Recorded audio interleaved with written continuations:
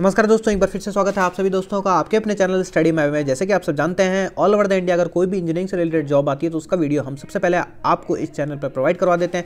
उसी सीरीज़ में आज हम एक बहुत ही बढ़िया खुशखबरी लेकर आए हैं। आप चाहे इंडिया में किसी भी स्टेट से बिलोंग करते हो तो इस वैकेंसी को आप फिलअप कर सकते हैं। तो देखते हैं क्या एलिजिबिलिटी क्राइटेरिया होने वाला है। ये जो वैकेंसी आई है इंडियन नेवी के थ्रू आई हुई है, जो कि engineer as a engineer recruit कर रही है ये इंडियन नेवी।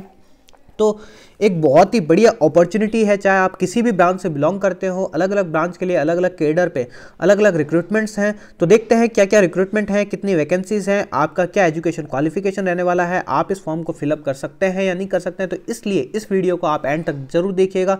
तो चलो डिस्कस करते हैं कि क्या इसका फॉर्म फिलअप का क्राइटेरिया होने वाला है फ्रेंड्स। तो सबसे पहले मैं आपको बता देता हूं कि ये इसका ऑफिशियल वेबसाइट है। यहाँ पर आप होम पेज पे जाकर के इसके अप्लाई ऑनलाइन पे यहाँ पर जाकर के आप इस फॉर्म को फिलअप कर सकते हैं।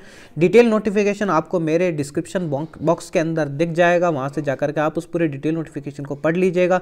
और मैं भी आपको पूरा नोटिफिकेशन पढ़ के बता देता हूँ कि क्या क्या नोटिफिकेशन है और किस तरीके से आपको इसके लिए प्रिपेयर होना है, क्या इसका प्रोसीजर होने वाला है, सिलेक्शन प्रोसीजर, और कितनी वैकेंसीज है, कब इसके ऑनलाइन एप्लीकेशन स्टार्ट होने वाले हैं। तो जो ये पोस्ट आई है इंडियन नेवी के अंदर, ये invite engineer to join as a permanent commission officer in executive branch as a naval armaments, okay, inspector cadre and short service commission for office in executive branch general service and hydro cadre technical branch general service January 2020 course के लिए। यानी 3 types की इसमें total vacancies है। इसमें जो date of online application start होने वाला है वो 12 जनवरी 2019 से लेकर के 1 फरवरी 2019 तक इसका एप्लीकेशन है friends.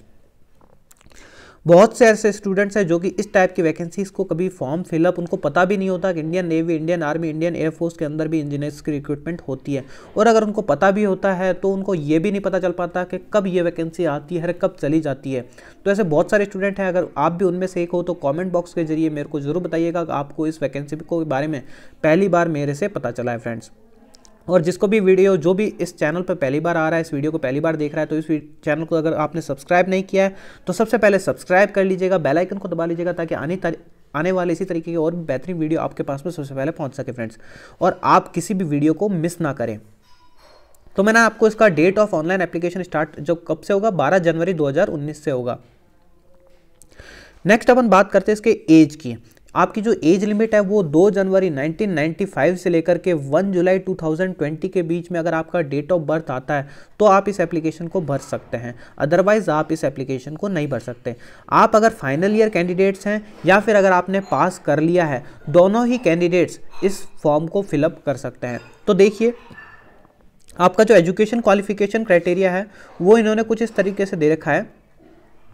Candidate who has passed engineering degree, candidate who has passed engineering degree or are in the final year of engineering course in any of the under mentioned discipline from a AICT recognized education institute with 60% marks till 5th or 7th semester in regular integrated course respectively. यानी अगर आप final year में हो तो आपने 5th और 7th में अगर आपने 60% मार्क्स में एग्रीगेट अगर आप पास किए हो 5th और 7th सेमेस्टर में तो आप इस एप्लीकेशन को भर सकते हैं। अगर आपने ओवरऑल अगर आप पास कर चुके हो, इंजीनियरिंग डिग्री आपके पास में है और आपके ओवरऑल 60% से ज़्यादा है तो भी आप इस एप्लीकेशन को फिलअप कर सकते हो।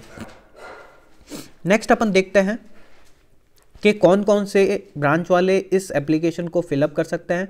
तो इसमें आपके पास में पहला जो रिक्रूटमेंट है वो है नेवल आर्मामेंट्स इंस्पेक्टर कैडर के लिए, यानी NAIC के लिए। इसमें electronics and communication, electrical electronics, applied electronics and communication, electronics and telecommunication, electronics and instrumentation and control. काफ़ी सारी ब्रांचेज हैं, यानी EE और EC और इंस्ट्रूमेंटेशन से रिगार्डिंग अगर आपने किसी से भी कर रखा है या फिर मटेरियल साइंस से भी अगर आपने कर रखा है, केमिकल से आपने इंजीनियरिंग कर रखी है, मेटलर्जी से आपने इंजीनियरिंग कर रखी है, तो आप इस पोस्ट के लिए अप्लाई कर सकते हो। आपका जो वैकेंसीज है वो 12 वैकेंसीज है मेल कैंडिडेट्स के लिए। ये वाली जो तीनों वैकेंसीज है ये ओनली मेल कैंडिडेट्स के लिए, और ये वाली वैकेंसीज परमानेंट कमीशन यानी अप टू 60 और 65 एज तक आप इस वैकेंसीज में रिक्रूट अगर हो जाते हैं तो आप 60 to 65 एज तक आप अपनी सर्विस दे सकते हैं इस सर्विस के अंदर। नेक्स्ट है अपने जनरल सर्विस एंड हाइड्रोकेडर के अंदर। हाइड्रोकेडर वो होता है जैसे कि आप सबमरीन्स के अंदर जो रहते हैं उसको बोलते हैं हाइड्रोकेडर, उसके अंदर जो एज ए इंजीनियर रहते हैं उनको बोलते हैं हाइड्रोकेडर। और जनरल सर्विस यानी एज ए शिप पे जो रहते हैं उनको जनरल सर्विस, या फिर आप जो ओपन स्पेस के अंदर रहते हैं यानी ऑन लैंड रहते हैं तो उनको भी जनरल सर्विस कहते हैं। तो उसके अंदर जो टोटल वैकेंसीज है 27+3 यानी 27 तो जनरल सर्विस और 3 है आपकी हाइड्रोकेडर के अंदर। ये मेल कैंडिडेट्स के लिए ये शॉर्ट सर्विस कमीशन के अंदर है। इसमें आपको टोटल 10 से लेकर के 14 ईयर तक आपको इसमें सर्विस मैक्सिमम 10 और 14 ईयर तक आपको इसमें मैक्सिमम जो सर्विस कर सकते हैं वो 10 to 14 ईयर तक कर सकते हैं, यानी 10 ईयर्स का मैक्सिमम है और उसको एक्सटेंड किया जा सकता है 14 ईयर तक। और आप जैसे जानते होंगे आपको एक्स सर्विसमैन का कोटा सिर्फ तीन ही ऐसी फोर्सेस है जिसमें आपको एक्स सर्विसमैन का कोटा मिलता है, जैसे कि नेवी, इंडियन आर्मी और इंडियन एयरफोर्स।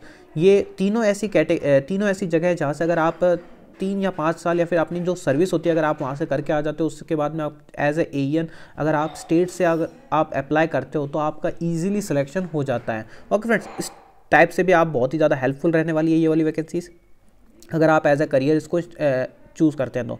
नेक्स्ट आपका टेक्निकल ब्रांच में है। अगर आप इंजीनियरिंग ब्रांच, जनरल सर्विस यानी मैकेनिकल, अगर आप ये वाली नहीं दिखाई मैंने, इसका जो एजुकेशन क्वालिफिकेशन है वो BE BTech in any disciplinary यानी किसी भी सिविल, मैकेनिकल, इलेक्ट्रिकल, इंस्ट्रूमेंटेशन या फिर कोई भी ऐसी डिसिप्लिनरी है, कोई भी इंजीनियरिंग से आपने इंजीनियरिंग कर रखी हो तो आप इस एप्लीकेशन को फिलअप कर सकते हैं। अगर आप इंजीनियरिंग ब्रांच अगर आपने मैकेनिकल, मरीन, इसमें देख लीजिएगा कौन कौन सी ब्रांच है, वो इस वाली कैटेगरी में फिलअप कर सकते हैं। उनके लिए 28 वैकेंसीज है, मेल कैंडिडेट्स और SSC।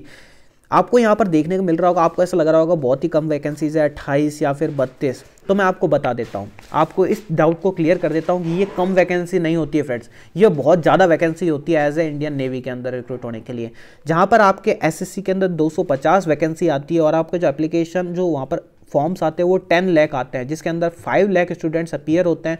5 लाख में से जो 250 सेलेक्ट होते हैं, तो यहाँ पर जो टोटल कैंडिडेट्स जो सिलेक्ट होकर आते हैं इंटरव्यू के लिए, जो कॉल आता है उनके पास में 5000 स्टूडेंट्स का कॉल आता है ओनली। ओके फ्रेंड, 5000 में से आपके 50 से लेकर के 100 स्टूडेंट को ये रिक्रूट कर लेते हैं। तो आप देख सकते हैं कि जो सिलेक्शन क्राइटेरिया है, सिलेक्शन के जो परसेंटेज चांसेस हैं वो किस में ज़्यादा है, बहुत ज़्यादा चांसेस होते हैं इसमें। जो कंपटीशन की अगर मैं बात कर सकता हूँ तो एज ए नील कंपटीशन है, बहुत कम कंपटीशन है इसमें। कोई भी स्पेशल कोचिंग की, किसी प्रिपरेशन की आपको कोई तैयारी नहीं की जरूरत नहीं है। आपकी मेंटेलिटी यहाँ पर चेक करी जाती है, यहाँ पर कोई भी एग्जाम नहीं होता, यहाँ पर सिर्फ आपका 3 से लेकर के 5 दिन का इंटरव्यू होता है, जिसके अंदर आपके फिजिकल यहाँ पर ऐसा नहीं है कि आपको दौड़ भाग पास करनी होती है फ्रेंड्स। इसमें कोई इतना तगड़ा फिजिकल भी नहीं मांगा जाता, इतनी तगड़ी कोई मेडिकल स्टैंडर्ड भी नहीं है यहाँ पर। बस आपका normal medical standard medical checkup होता है। यहाँ पर अगर आपके ग्लास भी हैं, अगर आपके स्पेक्स भी हैं +-4 तक, तो भी आप इस एप्लीकेशन को फिलअप कर सकते हैं। और इसमें 0 रुपीज़ आपका एप्लीकेशन फिलअप का चार्ज होता है। यहाँ पे फ्री ऑफ कॉस्ट, चाहे आप किसी भी कैटेगरी से हो, आपका फ्री ऑफ कॉस्ट यहाँ पर एप्लीकेशन फॉर्म का फिलअप चार्ज होता है। आपको आने जाने का अप टू 3 टायर AC का चार्ज प्रोवाइड करवाया जाता है इंडियन नेवी की तरफ से। रहने का वहाँ पर और खाने का वहाँ पर सारी फैसिलिटी इंडियन नेवी की तरफ से बियर की जाती है। कोई आपसे फॉर्म फिलअप से लेकर के एंटायर प्रोसीजर यानी कि आपके सिलेक्शन होने तक का 1 भी रुपये का चार्ज, आपका 1 भी रुपये का खर्चा नहीं है। ओनली आपको ये फॉर्म फिलअप करना है और आपको सिलेक्शन देना है। ओके, इनका एक ही मोटो है कि आप कैसे भी करके इनकी तरफ आएँ। और एक बहुत ही रॉयल अपॉर्चुनिटी है आपके लिए एज अ डिफेंस के अंदर जाने के लिए, बहुत रॉयल जॉब होती है। जिन्होंने नहीं की है तो उनको मैं बता दूं, मैं एक ऐसी ही फैमिली से बिलोंग करता हूं जहां पर ऐसी फैमिली से बिलोंग करता हूं जहाँ पर सारे के सारे हमारे जो फैमिली के अंदर वो सारे डिफेंस के अंदर है, सारे एज अ रॉयल जॉब है, बहुत ही अच्छी जॉब है, ऐसी कोई दिक्कत वाली बात नहीं होती, बहुत अच्छी जॉब है। और आपकी सैलरी जो रहती है वो भी बहुत अच्छी होती है। अगर इसमें मैंने सारी आपका एज बता दी है, आपके क्वालिफिकेशन इसके अंदर बता दिया। मेडिकल स्टैंडर्ड की एक बार बात कर लेते हैं। मेडिकल स्टैंडर्ड आपको आईसाइट देखने को मिल रहा होगा। एग्जैक्ट जो आईसाइट होती है वो होती है 6/9, लेकिन विद ग्लासेस भी आप इसके अंदर एलिजिबल हैं अप टू 6/6। बहुत ही ये वास्ट आई होती है, यानी कि +-4 वाले जो होते हैं उनकी होती है, वो भी इस वाली कैटेगरी के अंदर आप फॉर्म फिलअप कर सकते हैं। अगर एग्जीक्यूटिव की बात करते हैं 6/12 वाले भी एलिजिबल हैं, और अगर मैं टेक्निकल सर्विस की बात करता हूँ 6/24 वाले भी इसमें एलिजिबल हैं। अगर आपकी हाइट 157 सेंटीमीटर से ज़्यादा है तो आप इस एप्लीकेशन को फिलअप कर सकते हैं, अदरवाइज आप इसको नहीं कर सकते। इसमें अलग अलग region, Bhutan, Sikkim, north region के लिए अलग अलग हाइट्स हैं। यहाँ पर देख लीजिएगा, आपका अलग अलग हाइट्स दे रखी हैं, चेक कर लीजिएगा। आपके बॉडी पे कोई भी टैटू नहीं होना चाहिए, अगर टैटू है तो आपको अलग से एक फॉर्म फिलअप करना पड़ता है जिसमें आपको बताना होता है कि उस टैटू के नीचे कोई भी सर्जरी नहीं हो रखी है। नेक्स्ट आपकी इसके पे स्केल और प्रमोशंस की बात करता हूं, तो पे स्केल आपको जब रिक्रूट किया जाएगा तो एज ए सब लेफ्टिनेंट रिक्रूट किया जाएगा, जिसमें 56,000 से लेकर के 1,10,000 आपकी सैलरी होती है। ओके, जो एज ए 10 पे ग्रेड लेवल, यानी आपकी जो ग्रेड पे होती है वो 15,500 होती है। एज आपकी जो आप कलेक्टर की पे ग्रेड होती है वो भी इतनी नहीं होती फ्रेंड्स, उसकी भी कम होती है, उससे भी ज़्यादा आपको सैलरी यहाँ पर प्रोवाइड करवाई जाती है। और आपको प्रमोशन दिया जा सकता है अप टू कॉमोडोर लेवल तक, जिसकी सैलरी 1,21,000 से लेकर के 2,12,400 रुपीज़ तक होती है। ये एक बहुत ही रेप्यूटेटेड जॉब होती है जिसमें आपको बहुत सारी फैसिलिटीज़, जो आप सोच भी नहीं सकते कि क्या क्या फैसिलिटीज़ आपको प्रोवाइड करवाई जाती है यहाँ पर, आपने कभी सोचा भी नहीं होगा। काफ़ी सारे इसमें प्रिविलेजेंसेस प्रोवाइड करवाए जाते हैं, जिसमें आपको mess, clubs, sport facility, furnish government accommodations as well as car, housing loan at subsidiary rates, rail accommodation और काफ़ी सारी ऐसी बहुत सारी यहाँ पर सारी फैसिलिटीज़ जो आपको प्रोवाइड करवाई जाती है जब आप रिक्रूट हो जाते हैं, तो वो सारी यहाँ पर आपको दिखा रखी है। ये भी बहुत कम दिखा रखी है।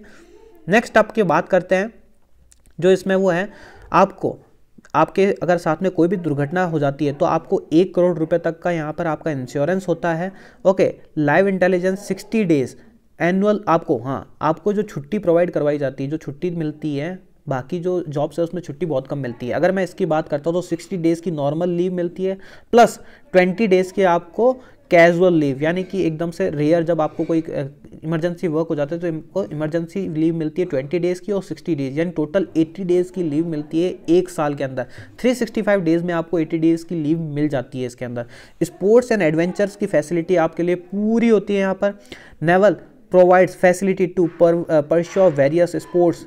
One can also learn and participate in adventure sports such as river rafting, mountaineering, hot air ballooning, hard gliding, okay, wind surfing, बहुत सारी, यही नहीं, ETC, बास्केटबॉल, वॉलीबॉल, क्रिकेट, जो भी आपके मन में हो सारी फैसिलिटीज़ आपको स्पोर्ट्स की एज ए एडवेंचर आपको प्रोवाइड करवाई जाती है। जिसको भी एडवेंचरस जॉब पसंद हो तो वो इस पोस्ट को ज़रूर भरिएगा friends.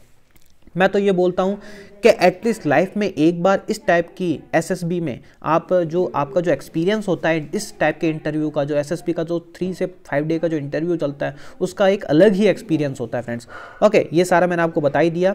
Technical branch general service, ये भी मैंने आपको SSC का बता ही दिया। ड्यूटीज़ मैंने आपको बताई, यहाँ पर ड्यूटीज़ जो होती है वो यही होती है कि आपको, अगर आप हाइड्रो कैडर में सेलेक्ट होते हैं तो आपको मरीन के अंदर रहना पड़ता है, अगर आप सबमरीन के अंदर रहना पड़ता है, आप जनरल सर्विस के अंदर रहते हो तो आपको एज ए लैंड या फिर आपको शिप पे ड्यूटी करनी पड़ती है।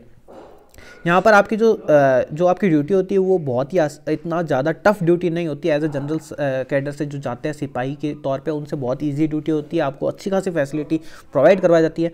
SSB के जो आपका कॉलअप आएगा वो एज ए परसेंटेज बेस पे आएगा आपके, जो अगर परसेंटेज का इनका जो क्राइटेरिया बैठेगा उसके हिसाब से ये आपको SSB के लिए बुलाएंगे। और कहाँ कहाँ पर बुला सकते हैं, बेंगलोर, भोपाल, कोयम्बटूर, विशाखापट्टनम और कोलकाता, इन इसमें से किसी भी सिटी में आपको बुला सकते हैं। अप्रैल 2019 से लेकर के जुलाई 2019 के बीच में किसी भी दिन आपका इंटरव्यू हो सकता है फ्रेंड्स। इन्होंने एग्जाम डेट, आपकी इंटरव्यू की डेट भी दे दी है।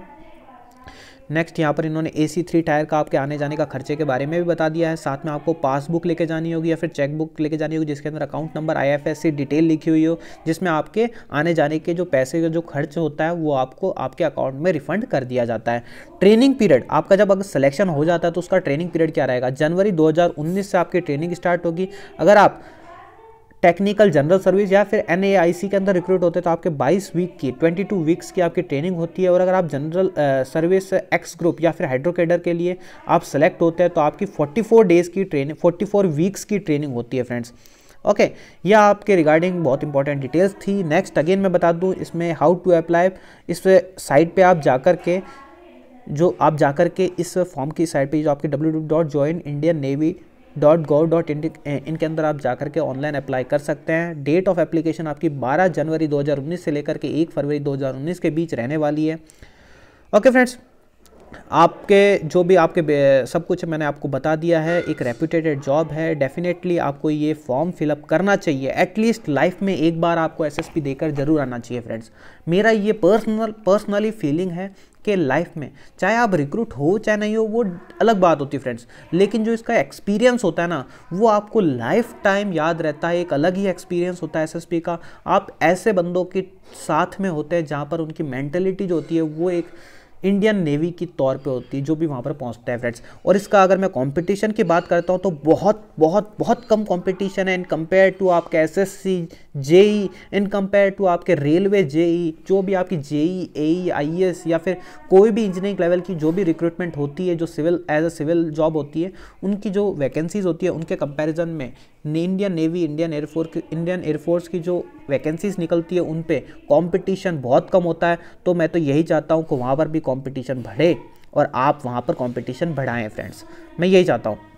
तो आई होप आपको वीडियो पसंद आया होगा। तो डेफिनेटली इस वीडियो को एक लाइक तो बनता ही है, और जितना हो सके ज़्यादा से ज़्यादा फेसबुक ग्रुप्स पे, व्हाट्सएप ग्रुप्स पे शेयर करिए इस वीडियो को, ताकि आपके सभी दोस्तों को इस वैकेंसीज के बारे में पता चल सके। So thank you for watching this videos. और कोई भी रिलेटेड डाउट्स होता है एप्लीकेशन फॉर्म को भरने से लेकर के कोई भी टेक्निकल टर्म को समझने तक का, तो आप मेरे को कमेंट बॉक्स में पूछ सकते हैं। मैं वहाँ पर आपका रिप्लाई करने की अपनी तरफ से पूरा कोशिश करूँगा। So thank you for watching this videos friend.